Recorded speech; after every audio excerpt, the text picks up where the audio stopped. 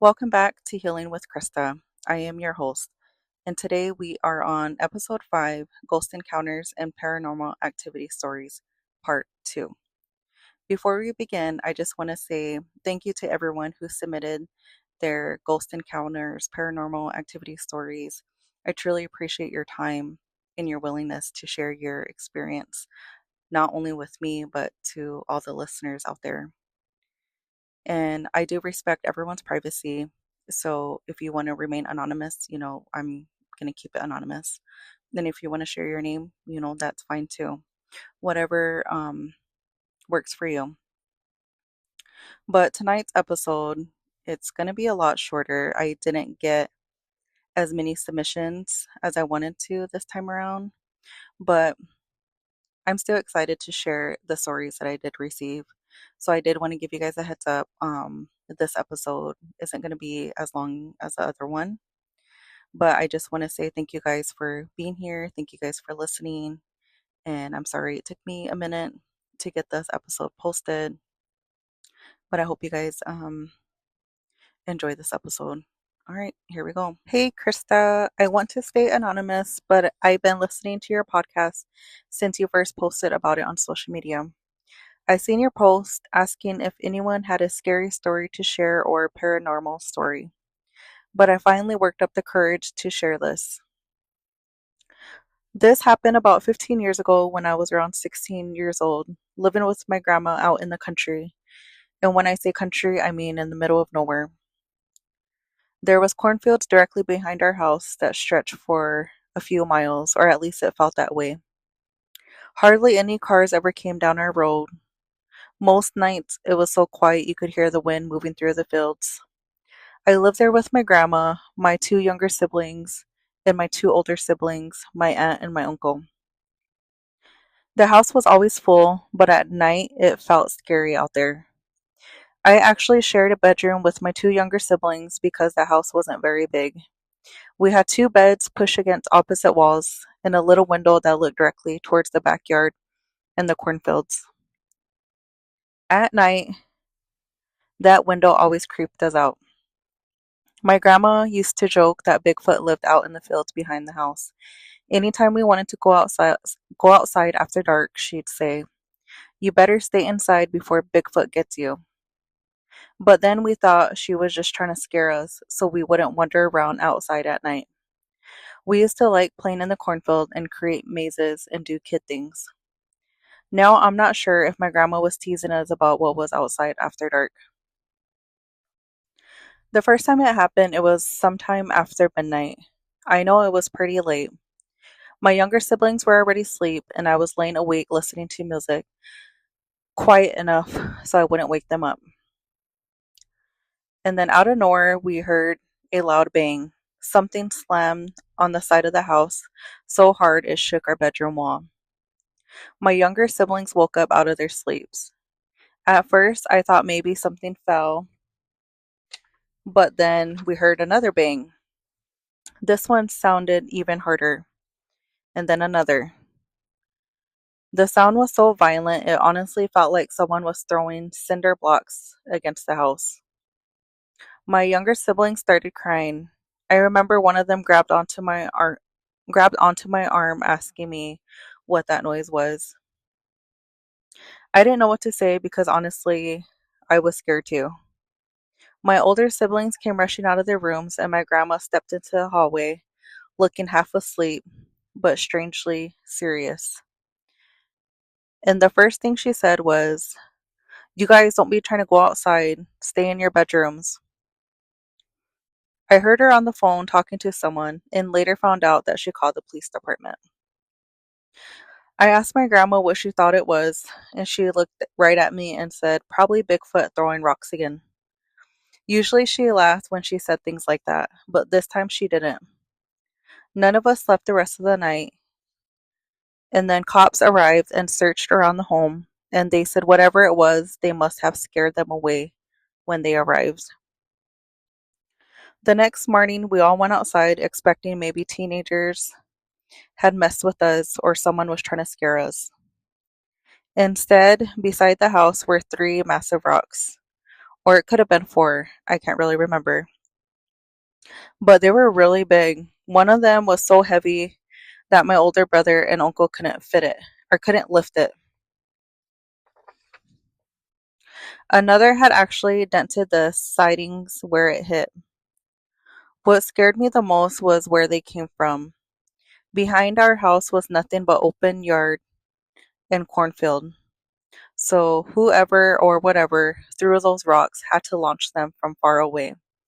And these weren't small rocks. These things were huge. My grandma tried brushing it off, but after that it kept happening. Not every night, but every other week, but always after midnight. Always from behind the house near the fields. And every time it happened, all of us kids would end up huddled together, terrified, while my grandma pretended she wasn't scared. But I could see in her eyes that was terrified, and she was doing her best to be strong. I remember one night more than any other.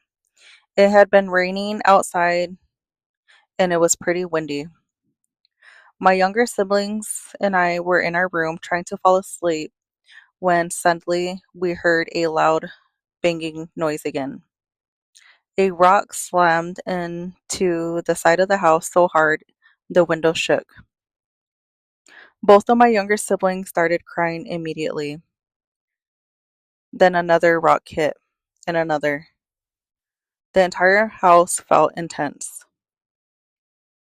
Nobody wanted to look outside, but me being 16 and stubborn, I remember walking towards the window and not being able to see anything, just darkness and rain.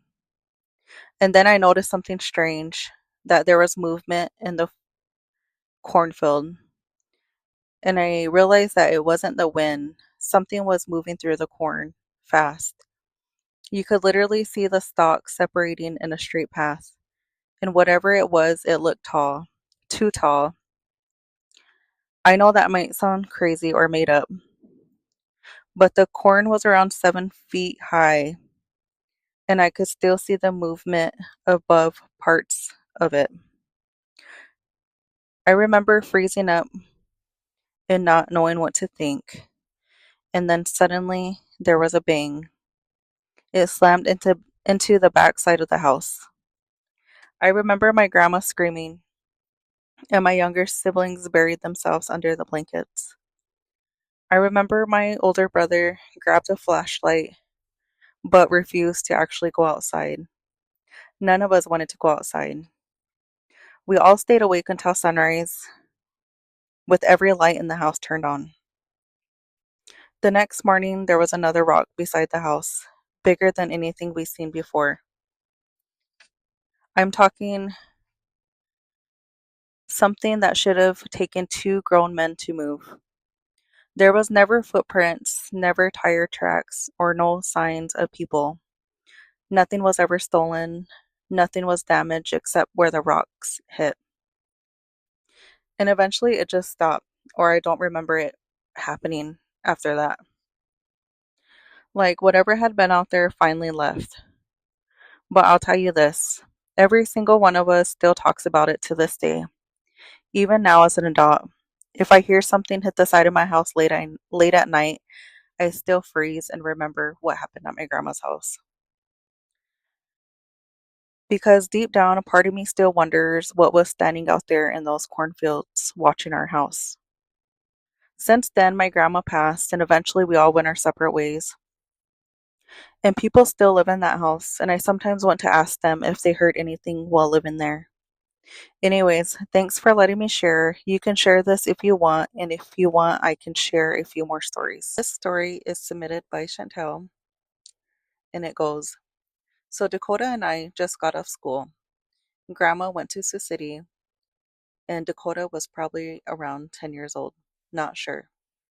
But I told Dakota I was going to shower and we can start walking to Grandpa's. So Dakota waited for me until I was done. And we heard a car pull up and like a lot of people. And they came into the house and we thought it was Grandma and Grandpa. So we went into the living room and there was nobody there. I got scared So we went into my room and we heard the same thing, a car pull up and people coming inside the house. And we was thinking, finally, they're home. And we went into the living room and there was nobody there. So I rushed us out of the house and we walked into town to go over to Grandpa's. And we also heard a whispering of a woman, but we couldn't make out what she was saying. This happened when I was living with my mom and siblings in Macy. One night, my mom was out drinking with her friends and left me home alone with my brothers and sisters. I couldn't sleep that night. I was worried about my siblings. It was a lot of pressure being home with them by myself because my youngest brother was only about 11 or 12 months old. He was tiny and I was scared I'd overfeed him or not feed him enough. I was on high alert the whole night. But I finally fell asleep, but woke up to knocking on my mom's bedroom window. I got up and looked out the window and checked the front door. Nobody was there. I went back to bed, then it happened again, this time at my window. I heard knocking. I jumped up and turned on the light. I looked out the window and looked out the door, and there was nobody there. I finally went back to sleep, and then I woke up to footsteps coming down the hallway and stopping by my bedroom door. I grabbed the lamp and I turned it on fast and went out in the hallway to check, and there was nobody there. I went into my mom's bedroom and she wasn't there either. The next day, when my mom came home, I told her. She said I was probably just dreaming, it was just my imagination. But that next night, I woke up again to someone knocking on my bedroom window. This time, I woke my mom up and we sat in my room in the dark and waited. And sure enough, we heard knocking on the window. My mom's face was so surprised, and I was happy because she finally believed me.